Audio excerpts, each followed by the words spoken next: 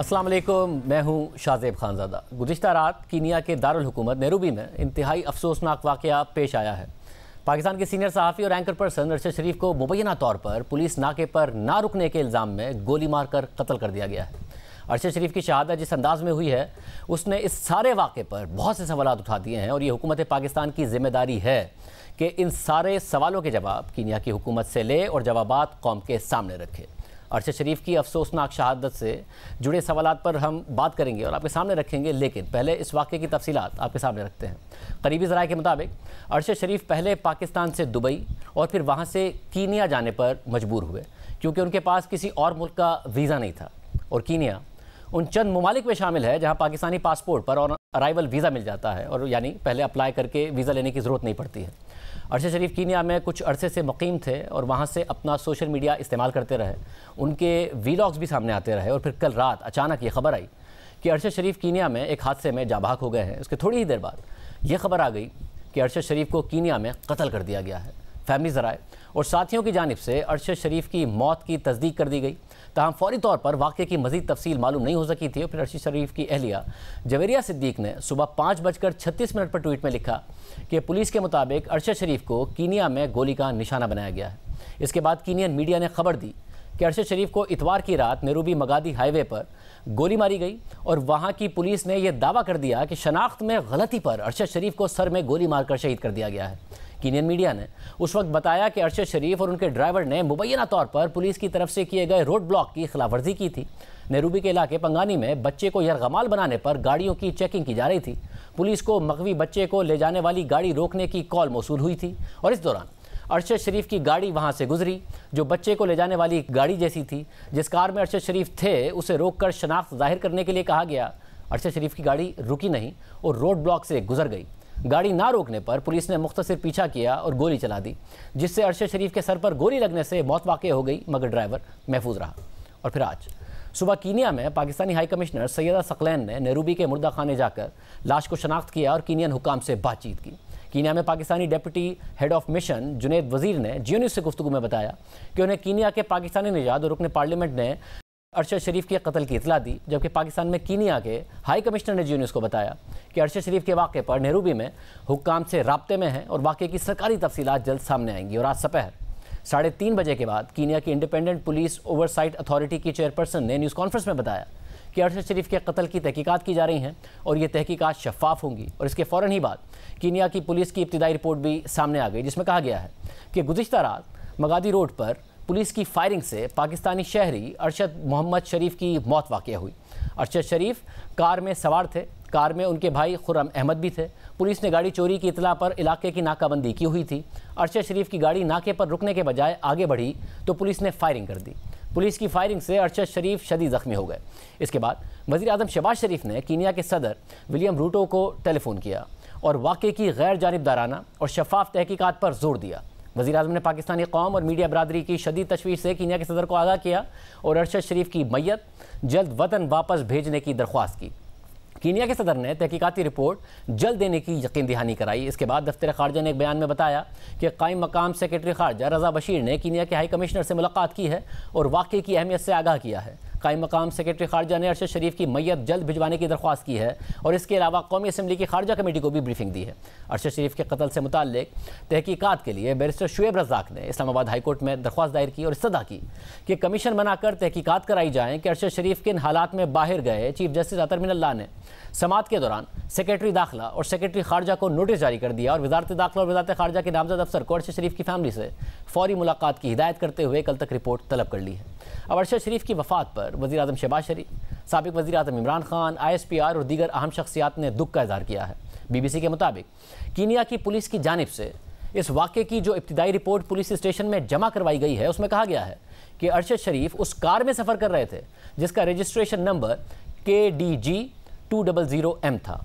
ये वाक़या उस वक्त हुआ जब अरशद शरीफ नैरोबी की तरफ वापस आ रहे थे। उसी दौरान कीनिया में क्रिमिनल इन्वेस्टिगेशन डिपार्टमेंट के अफसरान ने एक रिपोर्ट जारी की कि डगलस नामी एक शहरी की कार जिसका रजिस्ट्रेशन नंबर KDG 700F है, वो चोरी हो गई है, जिसमें उनका बेटा भी मौजूद था और ये कार की चोरी के साथ अगवा का केस भी था। डगलस ने इस वाकये की रिपोर्ट नेरूबी के नवाही इलाके में दर्ज कराई, जिसके बाद पुलिस अफसरान ने उनके बेटे का पता लगा लिया जो एक दूसरे नवाही इलाके में था। पुलिस की रिपोर्ट में दर्ज है कि उन पाकिस्तानी शहरियों का दावा था कि वो रियल एस्टेट डेवलपर्स हैं और नेरूबी में रिहाइश पजीर हैं। पुलिस के मुताबिक अरशद शरीफ की गाड़ी पर 9 गोलियों के निशानात हैं, जिनमें से सिर्फ एक गोली टायर पर लगी है। लेकिन BBC के मुताबिक इस पुलिस रिपोर्ट में बयान किए जाने वाले वाकयात पर कीनिया के मकामी सहाफ़ियों की जानिब से शुबहात का इजहार किया जा रहा है। कीनिया के मीडिया ग्रुप दी स्टार के चीफ क्राइम रिपोर्टर ने बताया कि वाक़े के बाद उन्हें पुलिस ने जाए वक़ुआ पर जाने की इजाज़त ही नहीं दी। उनका यह भी कहना है कि इस फायरिंग में ड्राइवर को खराश तक नहीं आई और पुलिस ने बताया है कि ड्राइवर महफूज है। इसी तरह अगर गाड़ी को रोकना था तो गाड़ी के टायरों पर फायरिंग की जा सकती थी। बराह रास्त अरशद शरीफ पर फायरिंग की वजह समझ में नहीं आ रही है।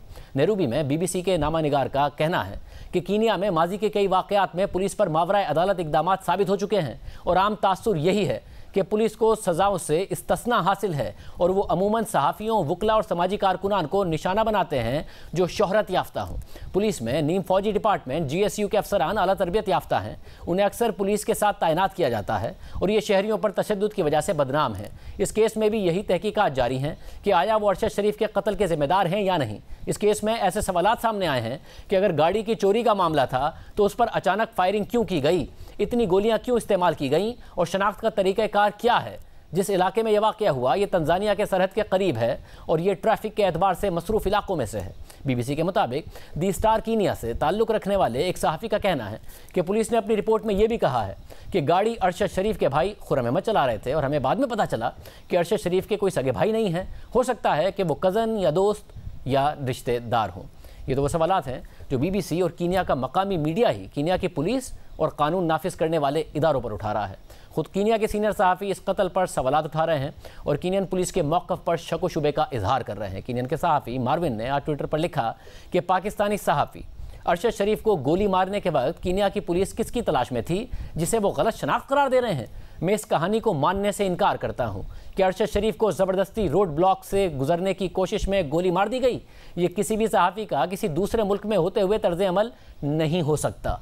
इस वाक़े से जुड़ा एक सवाल ये भी है कि अगर गाड़ी में मग़वी बच्चे की मौजूदगी का शुबा था तो पुलिस ने क्या सोचकर गोलियां चलाईं। गाड़ी के साथ साथ बच्चे के अगवा की रिपोर्ट के बाद पुलिस कैसे एक ऐसी गाड़ी पर गोलियां चला सकती है कि जब गाड़ी में बच्चे की मौजूदगी का शक हो।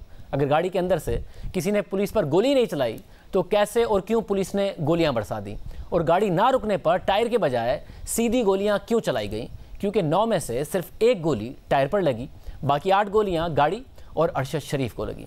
और अगर गाड़ी को रोकना मकसूद था तो ड्राइवर के बजाय अरशद शरीफ पर क्यों गोलियां बरसाई गई, क्योंकि इस वाक़े में ड्राइवर को खराश तक भी नहीं आई है। और जिस तरह अरशद शरीफ को सर पर गोली लगी है उस पर भी सवाल उठ रहा है कि ये गोली ताक़ुब करते हुए मारी गई या बाकायदा सर का निशाना लेकर मारी गई है। कीनिया की पुलिस पर जाली पुलिस मुकाबलों, मावराए अदालत कत्ल और जबरी गुमशुदगियों का इल्ज़ाम मुसलसल लगता रहा है। इसलिए हुकूमत पाकिस्तान की ज़िम्मेदारी है कि अरशद शरीफ के अहल खाना और पाकिस्तान के अवाम के सामने इन तमाम सवालात के जवाबात रखे और यकीनी बनाए कि कीनिया की हुकूमत इस वाक़े की शफ़ाफ़ तहकीकात करके नताइज सामने रखेगी। इस पूरी सूरत हाल पर वफाकी वज़ीर एहसन इकबाल साहब हमारे साथ मौजूद हैं। एहसन इकबाल साहब, बहुत शुक्रिया हमें शो में ज्वाइन करने के लिए। एहसन इकबाल साहब, अरशद शरीफ ज़ाहिर है पाकिस्तान के एक बहुत सीनियर सहाफ़ी के साथ साथ पाकिस्तानी शहरी, पाकिस्तानी हुकूमत की ज़िम्मेदारी है। बहुत सारे सवालात उठ रहे हैं, ख़ुद कीनिया के सहाफ़ी उठा रहे हैं कि ये एक कत्ल है, मावराए अदालत कत्ल है। इसके जो मुहरकात हैं और जो रीज़न्स पुलिस बता रही है वो मुताबिकत नहीं रखते हैं। हुकूमत यकीनी बनाएगी कि जवाब तलबी करे कीनिया की हुकूमत से और पाकिस्तानी अवाम के सामने और अरशद शरीफ के अहल खाना के सामने हक़ाइक़ रखे। शाहज़ैब, सबसे पहले तो मैं इंतहाई गहरे सदमे का और दुख का इजहार करना चाहूँगा। अरशद शरीफ साहब की इस नागहानी जो हलाकत हुई है इस पर हम सब गमज़दा हैं। वो पाकिस्तान के सीनियर सहाफ़ी थे, पाकिस्तान के शहरी थे और जैसे आपने अभी बतलाया भी कि इस मामले की हसासियत के पेश नज़र वज़ीर आज़म शहबाज शरीफ साहब ने कीनिया के सदर से ख़ुद फ़ोन पे बात की है और उन्हें आगाह किया है कि किस कदर ये मामला संगीन है और इसके ऊपर हुकूमत पाकिस्तान चाहती है कि नहायत ही शफाफ अंदाज में तहकीकात होकर हक़ाइक़ को कौम के सामने लेकर आया जाए। इसी तरह जो पाकिस्तान के वहाँ सफ़ीर हैं उनको भी हदायत दी गई है कि वो कीनिया की पुलिस और हुकाम के साथ मुसलसल राब्ते में रहें। सबसे पहले तो यह है कि उनकी जल्द अज जल्द जो जस्ते खाकी है उसे वतन वापस लाने का जो भी बंदोबस्त है वो करें और साथ ही साथ जो वहाँ इस वाक़े की तहकीकात हैं इसको यकीनी बनाएं कि जिस किस्म के भी सवालात, चाहे यहाँ पर कोई उठा रहा है या उनके ख़ानदान के ज़हन में हो या कीनिया का मीडिया जैसे आपने कहा उठा रहा है, उन तमाम सवालात का तसल्ली बख्श जवाब मिलना चाहिए। और इसके लिए मुकम्मल तौर पे हुकूमत की, उनके अहल खाना के साथ और ख़ुद अपने तौर पे कोशिश होगी, जद्दोजहद होगी कि हम इस मामले की तह तक पहुँचें कि ये क्या वाक़या था। ऐसे मतलब ये जो मुख्तलिफ पहलू हैं, ज़ाहिर पाकिस्तानी हुकूमत की जिम्मेदारी है ना कि एक इल्ज़ाम तो लगता है कीनिया की पुलिस पर कि वो मावराए अदालत कत्ल बहुत करती है, मगर एक सवाल ये भी उठ रहा है कि मावराए अदालत कत्ल किराए की कातिल होते हुए तो नहीं किया है कीनिया की पुलिस ने। तो ये जो पहलू है इसकी भी निशानदेही हुकूमत पाकिस्तान को और तहकीकात के लिए हुकूमत पाकिस्तान को दबाव डालना पड़ेगा, क्योंकि बच निकलती है कीनिया की पुलिस। एक बहुत बड़ा रिकॉर्ड मौजूद है, जब हम तहकीक कर रहे थे सामने आ रहा था कि ऐसे ऐसे कत्ल है कि जिससे वो बच निकलती है।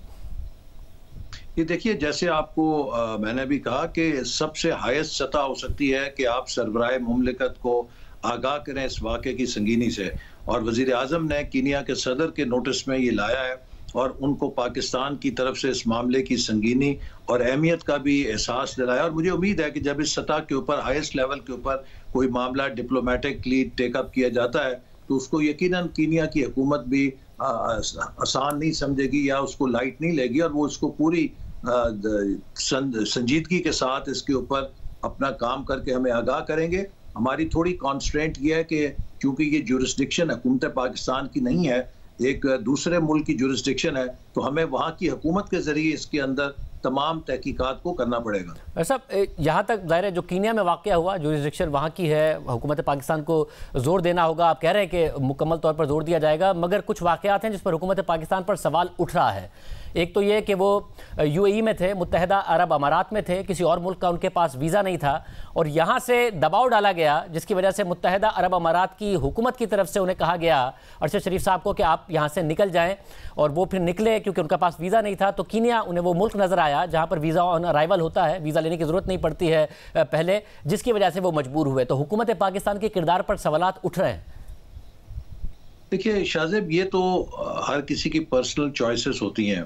अभी कई और सहाफ़ी हैं कि जिनको ये शुबा है या जिनको शिकायत है कि उनके खिलाफ काफ़ी कार्रवाई होती है या हो सकती है, या उनको भी खौफ है, तो वो तो अभी मुल्क के अंदर ही हैं। अभी उनको ना किसी ने ज़मीन ने निगल लिया है, ना वो मारे गए हैं, वो इधर ही हैं, मुल्क के अंदर ही चल रहे हैं। और बहुत संगीन सतह की वो अपनी जो तनकीद है वो इदारों पे भी करते हैं, वो मुखालफिन पे भी करते हैं।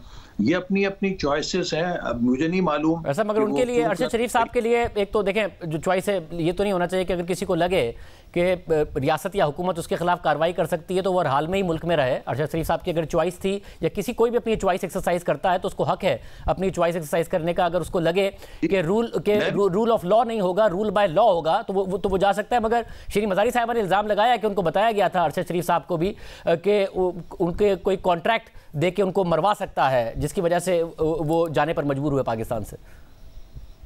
देखिए, इसकी कोई अगर मुसद्दका उनके पास इत्तलात हैं तो वो ज़रूर मंजर आम पे लाएं, हम उसकी तहकीकात करेंगे। और हम यकीनन नहीं चाहते कि पाकिस्तान के अंदर कोई शख्स भी, उसका कोई भी सोच हो, कोई भी नज़रिया हो, वो खुद को इतना गैर महफूज समझे कि वो समझे कि पाकिस्तान में वो रह नहीं सकता। हमें एक ऐसा पाकिस्तान बनाना है जिसमें फंडामेंटल राइट सबके महफूज हों। लेकिन हमें ये सारी सूरत हाल जो विरसे में मिली है कोई इतनी अच्छी नहीं है। जो पिछले 4 साल में सहाफ़ियों के साथ होता रहा और जो कुछ यहाँ पर आज़ादी इज़हार राय के साथ होता रहा, ये सारा एक पस मंज़र हमें विरसे में मिला है और हम कोशिश कर रहे हैं कि इस हालात को बेहतर करें। ऐसे मतलब पूरे 4 साल में जो कुछ हुआ वो उस पर हम तनकीद करते रहे, मगर आपका भी जो 5 से 6 माह का रिकॉर्ड है कोई बहुत शानदार नहीं है। सहाफ़ियों के खिलाफ मुकदमात भी हुए हैं, सहाफ़ी गिरफ्तार भी हुए हैं, मुल्क से भागने पर मजबूर भी हुए हैं। आपकी हुकूमत में भी रिकॉर्ड इतना शानदार नहीं है।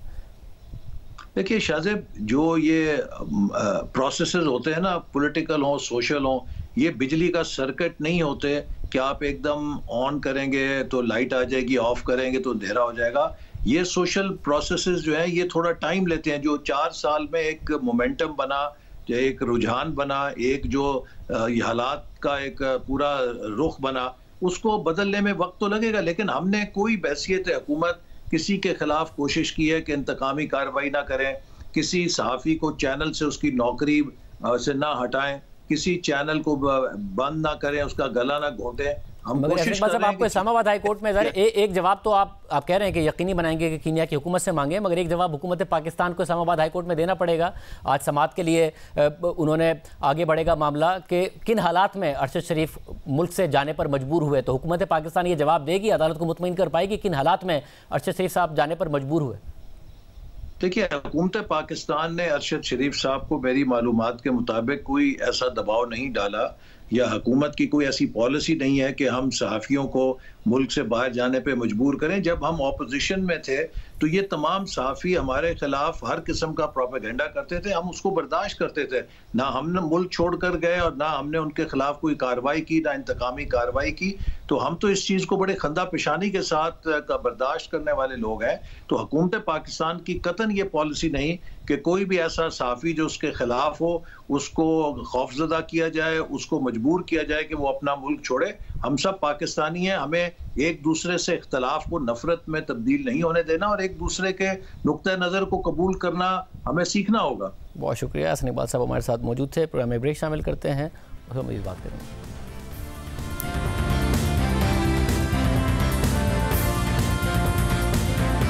तोशाखाना रेफरेंस में जहां इमरान खान ने अपनी नाअहली को इस्लामाबाद हाई कोर्ट में चैलेंज कर दिया है, तो वहीं इलेक्शन कमीशन ने इमरान खान की नाअहली का तफसीली फैसला भी जारी कर दिया है और उन तमाम वजूहात का जिक्र किया है जिसके तहत इलेक्शन कमीशन ने इमरान खान को नाअहल किया। और अपने फैसले की दलील में इलेक्शन कमीशन ने सुप्रीम कोर्ट के ही मुताबिक फैसलों का हवाला भी दिया है।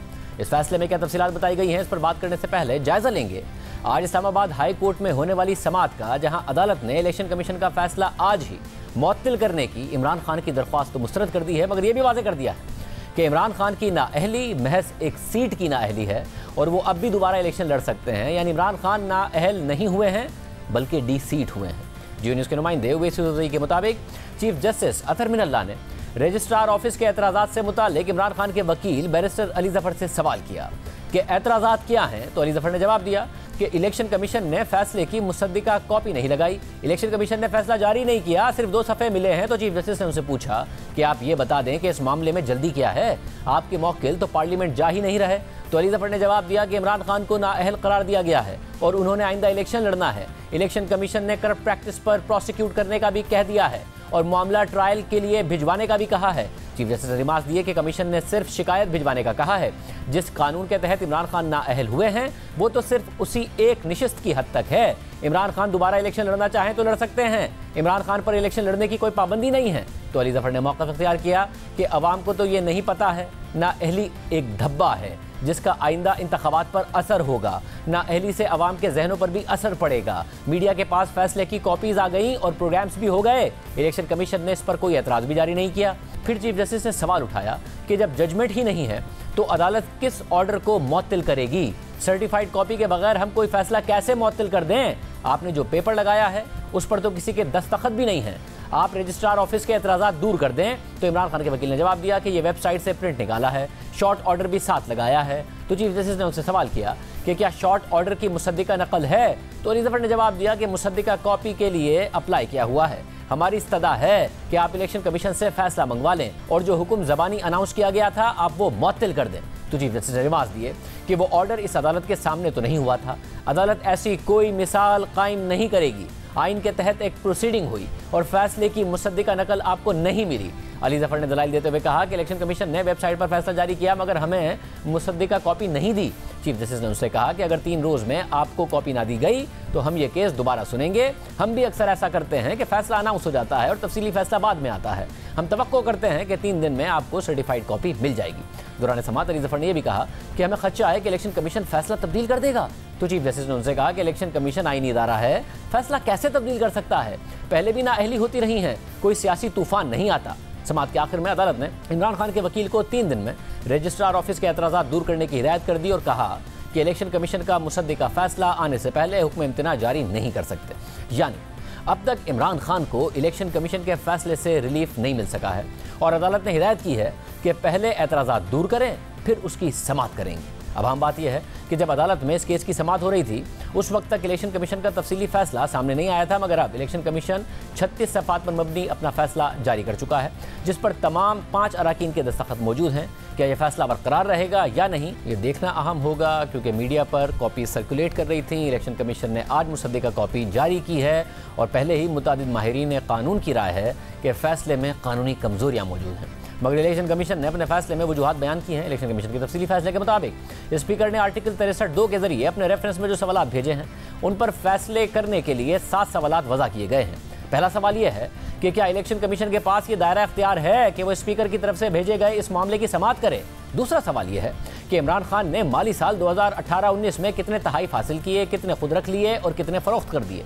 तीसरा सवाल यह है कि क्या इमरान खान ने अपने असासों और वाजिबात का जो बयान जमा करवाया है उसमें फरोख्त किए गए तहाइफ का जिक्र है, और क्या यह आदाद शुमार इमरान खान के माली साल 2018-19 के बैंक स्टेटमेंट से मुताबिकत रखते हैं या नहीं।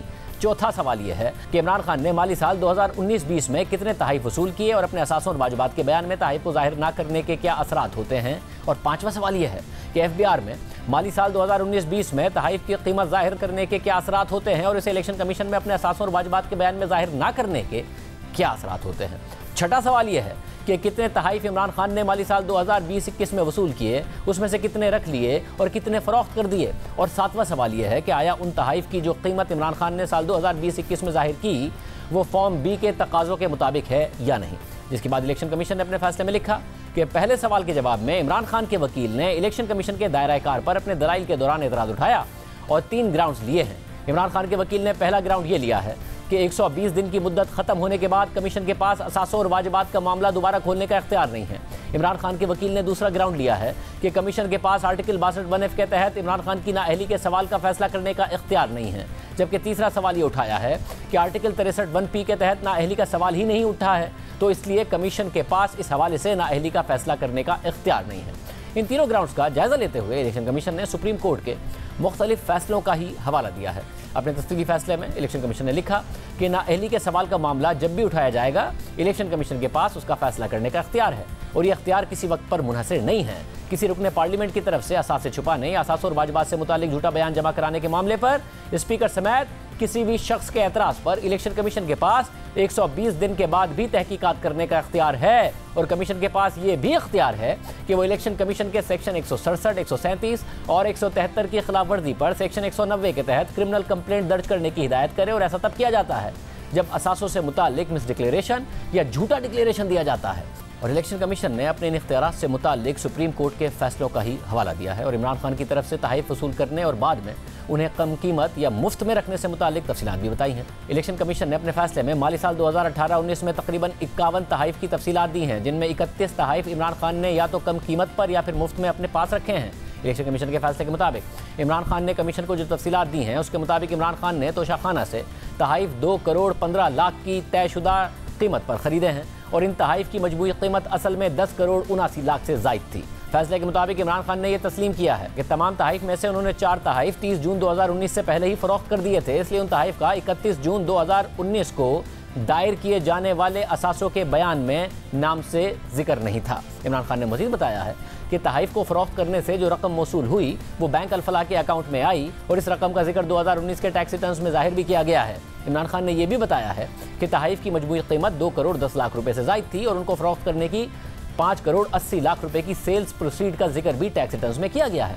इलेक्शन कमीशन के फैसले के मुताबिक जो बातें इमरान खान ने की हैं उनकी तस्दीक के लिए इलेक्शन कमीशन ने इमरान खान के जाहिर किए गए बैंक अकाउंट की तफसीलात हासिल की हैं, और उसका जायजा लेने के बाद ये बात पता चली है कि इमरान खान के इस अकाउंट का माली साल 2018-19 में जो क्लोजिंग बैलेंस था वो 5 करोड़ 18 लाख रुपए था, और ये क्लोजिंग बैलेंस तोशाखाना के मजमूई तहाइफ की कीमत का तकरीबन आधा है। जबकि इमरान खान ने अपने असासों और वाजिबात के बयान में अपना क्लोजिंग बैलेंस जाहिर किया है तोशाखाने के तहाइफ की तयशुदा कीमत को नहीं, और ना ही इमरान खान ने सेल प्रोसीड्स के नुक्ता ब नुक्ता आदाद-ओ-शुमार दिए हैं। अगर हम एक लम्हे के लिए ये तस्लीम भी कर लें कि इमरान खान ने दरअसल तोशाखाना के तहाइफ की कीमत जाहिर की है, तो उनके बैंक स्टेटमेंट से जाहिर होता है कि उनका क्लोजिंग बैलेंस 5 करोड़ 18 लाख रुपए था, और उसमें अभी भी 3 करोड़ 48 लाख रुपए की कमी है, क्योंकि असल रकम 8 करोड़ 67 लाख रुपए होनी चाहिए थी। और ये बात भी रिकॉर्ड पर मौजूद है कि इमरान खान की तरफ से तहाइफ खरीदने के बाद सिर्फ 3 करोड़ 16 लाख रुपए की रकम उनके अकाउंट में जमा हुई है। इमरान खान ने तहाइफ की तफसीलात नहीं दी हैं, ना ही उनको फरोख्त करने और उनसे हासिल होने वाली रकम की तफसीलात दी हैं जो फॉर्म B के तहत ज़रूरी हैं। इलेक्शन कमीशन ने अपने फैसले में मज़ीद लिखा है कि इमरान खान ने इन तफसीलात को जाहिर न करने की कोई वजाहत नहीं दी है कि यह गैर इरादी और हादसाती गलती थी। इमरान खान ने वाज़ेह तौर पर तफसीलात छुपाकर इलेक्शन एक्ट के सेक्शन 137 और 173 की खिलाफवर्जी की है, जो झूठा बयान और गलत बयान हल्फी जमा कराने के मुतरादिफ है, जिस पर आर्टिकल 63(1) लागू होता है। जिसके बाद इलेक्शन कमीशन ने इमरान खान की तरफ से माली साल 2019-20 में हासिल किए गए तहफ़ की तफसीलात का जिक्र किया है और बताया है कि इस माली साल में इमरान खान ने 19 तहफ़ वसूल किए हैं, जिनमें से 10 तहफ़ या तो कम कीमत पर या मुफ्त में इमरान खान ने अपने पास रखे हैं। और उन तहफ़ की तफसीलात और सेल प्रोसीड से मुतालिक इमरान खान ने तस्लीम किया है कि उन्हें इलेक्शन कमीशन के सामने माली साल 2019-20 में जाहिर नहीं किया गया, मगर इमरान खान ने यह कहा है कि उन्होंने तहफ़ को खरीदने की कीमत माली साल 2019-20 के टैक्स रिटर्न्स में जाहिर की है, जो 80 लाख रुपए बनती है। इमरान खान ने अपने जवाब में यह भी कहा है कि उन्होंने 3 बड़े तहफ़ को आगे किसी और को तोहफे की सूरत में दे दिया था, मगर उन्होंने इस हवाले से कोई वजाहत नहीं दी है कि उन्होंने ये तहफ़ इसी माली साल में दे दिए थे या किसी और माली साल में दिए थे और ये तहफ़ किसको दिए थे। इसी तरह फॉर्म बी में तहफ़ की तफसीलात और वो लोग जिन्हें ये तहफ़ दिए गए थे उनका जिक्र तक नहीं किया गया। जिसके बाद इलेक्शन कमीशन ने इमरान खान के माली साल 2019-20 के असासों और वाजबात के बयान को अपने फैसले का हिस्सा बनाया और लिखा कि इस स्टेटमेंट का जायजा लेने के बाद ये पता चलता है कि इसमें तहफ़ मुंतकिल करने का कोई जिक्र मौजूद नहीं है और इसी तरह FBR के डिक्लेरेशन से मुतालिक अपने कवानीन हैं, जबकि इलेक्शन कमीशन एक आज़ाद इदारा है जिसके सामने झूठा बयान जमा कराने के अलहदा नताइज हैं। और ये कमज़ोर दलील होगी कि कहा जाए कि एक इदारे के सामने जमा कराया गया बयान दूसरे इदारे के लिए भी तसव्वुर किया जाएगा। दोनों इदारों के इस हवाले से अलग अलग तकाज़े हैं। जिसके बाद इलेक्शन कमीशन ने इमरान खान की तरफ से माली साल 2020-21 के वसूल किए गए और फ़रोख्त किए गए तहफ़ की तफसीलात बताई हैं और लिखा है कि इस माली साल में इमरान खान ने 19 तहफ़ वसूल किए, जिसमें से 12 इमरान खान ने या तो कम कीमत पर खरीदे या फिर मुफ्त में अपने पास रख लिए, जबकि इमरान खान ने अपने जवाब में तस्लीम किया है कि उन्होंने 5 तहफ़ 1 करोड़ 16 लाख रुपए की रकम अदा करके अपने पास रखे हैं और उनकी कीमत का अपने असासों और वाजबात के बयान में भी जिक्र किया गया है। इलेक्शन कमीशन के मुताबिक यहाँ इस बात की निशानदही की जाती है कि इमरान खान ने 1 करोड़ 16 लाख रुपए की अदायगी का जिक्र सिर्फ एक हेडिंग में किया है, जो फर्नीचर फिटिंग और ज़ाती इस्तेमाल के सामान की हेडिंग थी, मगर फॉर्म बी के तहत वाज़े तौर पर उनकी तफसीलात नहीं बताई गई हैं। हमें जो दस्तावेज़ात काबीना डिवीज़न से मौसूल हुई हैं उससे हमें पता चला है कि इमरान खान ने जो चीज़ें अपने पास रखी हैं उसमें घड़ी, नेकलेस, ब्रेसलेट, अंगूठी, बालियां, कारपेट, दीवार पर आवेजा होने वाली चीज़ें शामिल हैं और ये ज़रूरी था कि वो इन चीज़ों का मुख्तलिफ हेडिंग्स के तहत मखसूस तौर पर अपने मूवेबल एसेट्स की तफसीलात में जिक्र करते, लेकिन ऐसा नहीं किया गया और एक मजमूई रकम बता दी गई। ये साबित करता है कि इमरान खान ने इलेक्शन एक्ट के सेक्शन 137 और 173 की पैरवी नहीं की है और इलेक्शन कमीशन के सामने झूठा बयान हल्फी और गलत बयान जमा करवाया है। इसलिए वो इलेक्शन एक्ट के सेक्शन 173 के तहत करप्ट प्रैक्टिसेस के भी मुर्तकिब हुए हैं और उन पर आइन के आर्टिकल 63(1) के तहत नाअहली लागू होती है, जिसे इलेक्शन एक्ट के सेक्शन 137 और 173 के साथ पढ़ा जाएगा। इलेक्शन कमीशन ने अपने फैसले में मज़ीद लिखा कि स्पीकर कौमी असेंबली की तरफ से भेजे गए रिकॉर्ड और इमरान खान के बैंक स्टेटमेंट से हम इस राय पर पहुंच गए हैं कि इमरान खान ने तहफ़ की तफसीलात अपने असास और वाजबात से मुताल्लिक साल 2018-19 के स्टेटमेंट में जाहिर ना करके जानबूझकर हक़ाइक़ को छुपाया है। इमरान खान ने उन तहफ़ की तफसीलात भी नहीं दी हैं जो फॉर्म बी के कॉलम 3 के तहत ज़रूरी हैं और जो मुबैना तौर पर रकम इमरान खान के अकाउंट में आई है वो उन तहफ़ की वैल्यू से हम आंगी नहीं रखती। इमरान खान ने अपने जवाब में जो बयान दिया है वो मुबहम और टाल मटोल वाला है और उसमें कहा गया है कि माली साल 2019-20 में जो तहफ़ उन्होंने खरीदे फिर वो तहफ़ उन्होंने दूसरों को तोहफ़ों की सूरत में दे दिए, लेकिन इस हवाले से इमरान खान ने फॉर्म बी में कोई वजाहत ही नहीं दी है और ये बात साबित हो चुकी है कि इमरान खान ने जानबूझकर हक़ाइक़ छुपाए हैं और अपने असासों और वाजबात से मुताल्लिक झूठा बयान हल्फी जमा करवाया है। इलेक्शन कमीशन ने अपने फैसले में मज़ीद लिखा है कि इमरान खान ने जानबूझकर इलेक्शन एक्ट की शिक 137, 167 और 173 की खिलाफवर्जी की है और माली साल 2020-21 के असासों और वाजबात के बयान में गलत बयान हल्फी जमा करवाया है। इसलिए वो आइन के आर्टिकल 63(1) के तहत नाअहल होते हैं और नतीजतन वो कौमी असेंबली के रुकन नहीं रहते और उनकी सीट खाली करार दी जाती है। फैसले के मुताबिक जैसा कि इमरान खान ने झूठे बयानात और गलत बयानात जमा करवाए हैं, इसलिए वो इलेक्शन एक्ट की शिक 167 और 173 के तहत करप्ट प्रैक्टिसेस के भी मुर्तकिब हुए हैं। इसलिए उनके खिलाफ कानूनी कार्रवाई का आगाज़ किया जाए और उनके खिलाफ इलेक्शन एक्ट की शिक 190(2) के तहत फॉलो अप एक्शन भी लिया जाए। अब देखते हैं इलेक्शन कमीशन इस फैसले का दिफा इस्लामाबाद हाई कोर्ट में कर पाता है या नहीं कर पाता है। आज सुप्रीम कोर्ट के हवाले से बहुत अहम डेवलपमेंट हुई है, उस पर बात करेंगे एक ब्रेक के बाद।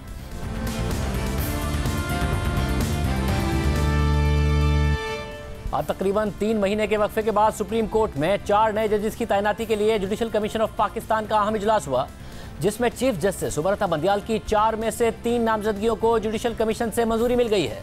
चीफ जस्टिस की सिर्फ एक नामजदगी मंजूर नहीं हो सकी है। आम बात यह है कि दोनों हुकूमती नुमाइंदों यानी वजीर कानून और अटॉर्नी जनरल ने चीफ जस्टिस की नामजदगियों के हक में अपना वोट इस्तेमाल किया है। ज़राए के मुताबिक आज के इजलास में इस्लामाबाद हाई कोर्ट के चीफ जस्टिस अतर मिनल्ला की नामजदगी मुत्तफिका तौर पर मंजूर हो गई है, जबकि लाहौर हाई कोर्ट के जज जस्टिस शाहिद वहीद और सिंध हाई कोर्ट के जज जस्टिस अजहर रिजवी की तैनाती के हक में 5 वोट आए, जबकि मुखालफत में 4 वोट आए।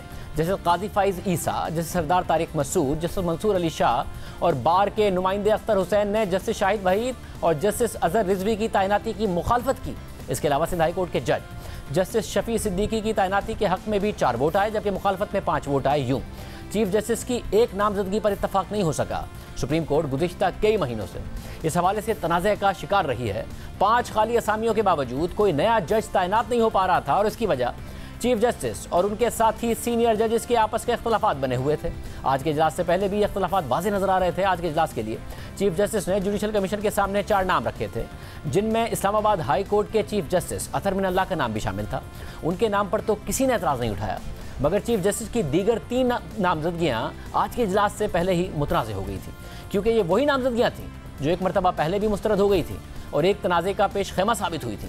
मगर आज जुडिशल कमीशन ने जस्टिस शाहिद वहीद और जस्टिस अजहर रिजवी की तैनाती की मंजूरी दे दी है और सिर्फ जस्टिस शफी सिद्दीकी के नाम पर इत्तफाक राय नहीं हो सका है। मगर आम बात यह है कि ये तीनों नाम 28 जुलाई को होने वाले जुडिशल कमीशन की पहली मीटिंग में मुस्तरद कर दिए गए थे। मगर गुज़िश्ता दिनों चीफ जस्टिस ने जब यही नाम दोबारा सुप्रीम कोर्ट के जजेस के लिए तजवीज़ किए तो एक मरतबा फिर सख्त रिएक्शन सामने आया।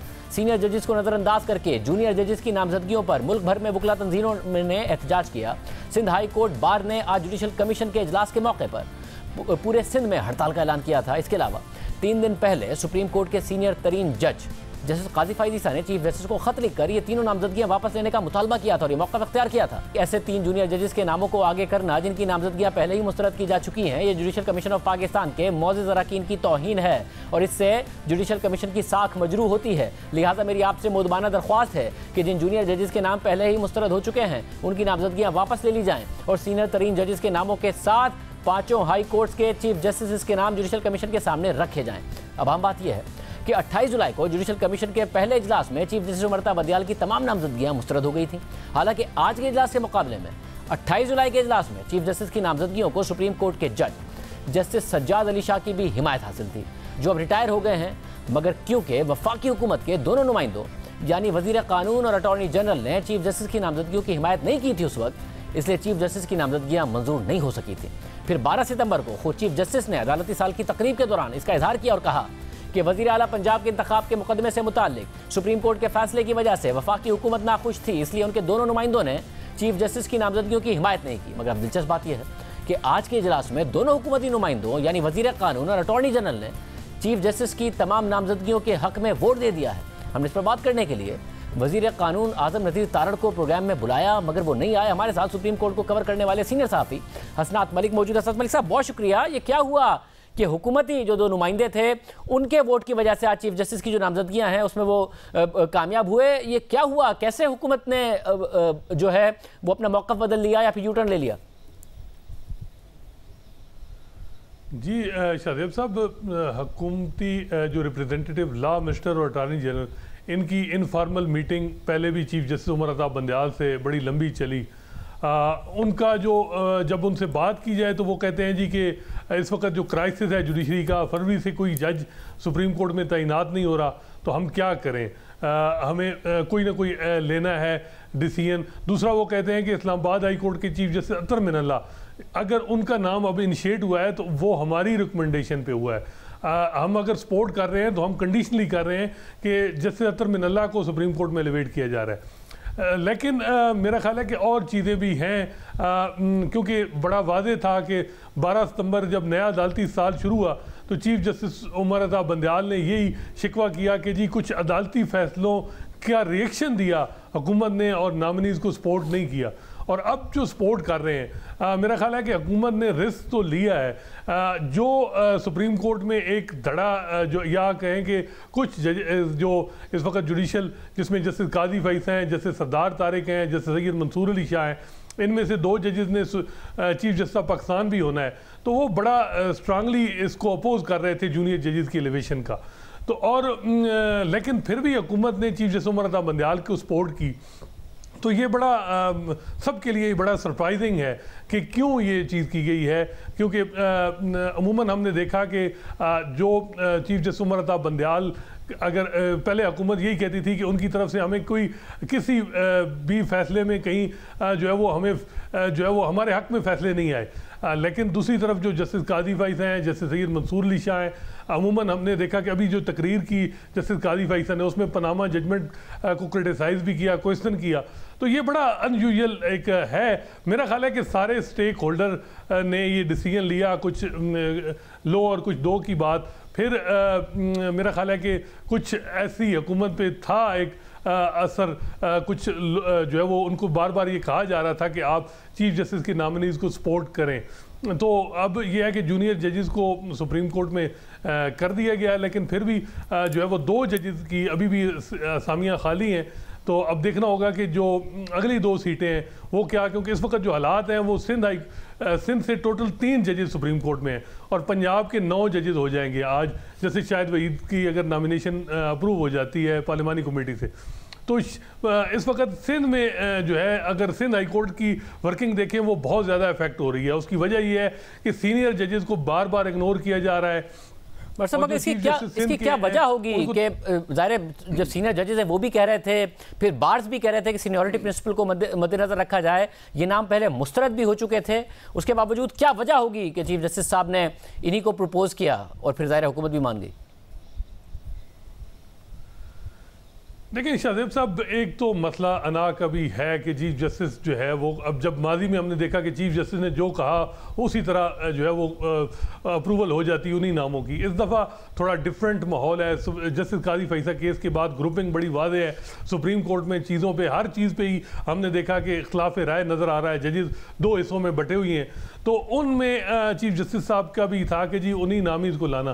तो असल जो वजह ये हुई कि हुकूमत की जब सपोर्ट मिली अटॉर्नी जनरल लॉ मिनिस्टर की, तो उन्हें अंदाज़ा था कि जी वो सपोर्ट मिल जाएगी। लेकिन सरप्राइज़ चीफ जस्टिस साहब को मिला कि जब रिटायर जज सरमद जलाल उस्मानी, उन्होंने ये सवाल उठाया कि जो सीनियर जज जिनको जस्टिस अकील अब्बासी, जिनको बार बार इग्नोर किया जा रहा है, अगर वो मुनासिब नामिनी है जस्टिस शफी सिद्दीकी जो सीनियरिटी में सिंध हाई कोर्ट के 6ठे नंबर पे हैं, उससे जस्टिस अकील अब्बासी जो 3रे नंबर पे हैं वो ज़्यादा बेहतर उम्मीदवार थे, तो उनको किया जाए। तो उनका जो डिसेंट था वो मेरा ख्याल है चीफ जस्टिस उमर अता बंदयाल के लिए बड़ा एक सरप्राइजिंग था, और इसी वजह से उनका ये दूसरी दफ़ा जो सिंध हाई कोर्ट के जज की नॉमिनेशन जो है वो अप्रूव नहीं हो रही। ये बड़ा अनयूजुअल हो रहा है कि अदरवाइज पहले ऐसे नहीं होता था। 2010 से जुडिशल कमीशन चल रहा है, लेकिन कभी इस तरह के खिलाफात नहीं है। बहुत शुक्रिया साहब, इस हवाले से तफसीलात दे रहे थे। आज के प्रोग्राम में इतना ही, अल्लाह हाफ़िज़।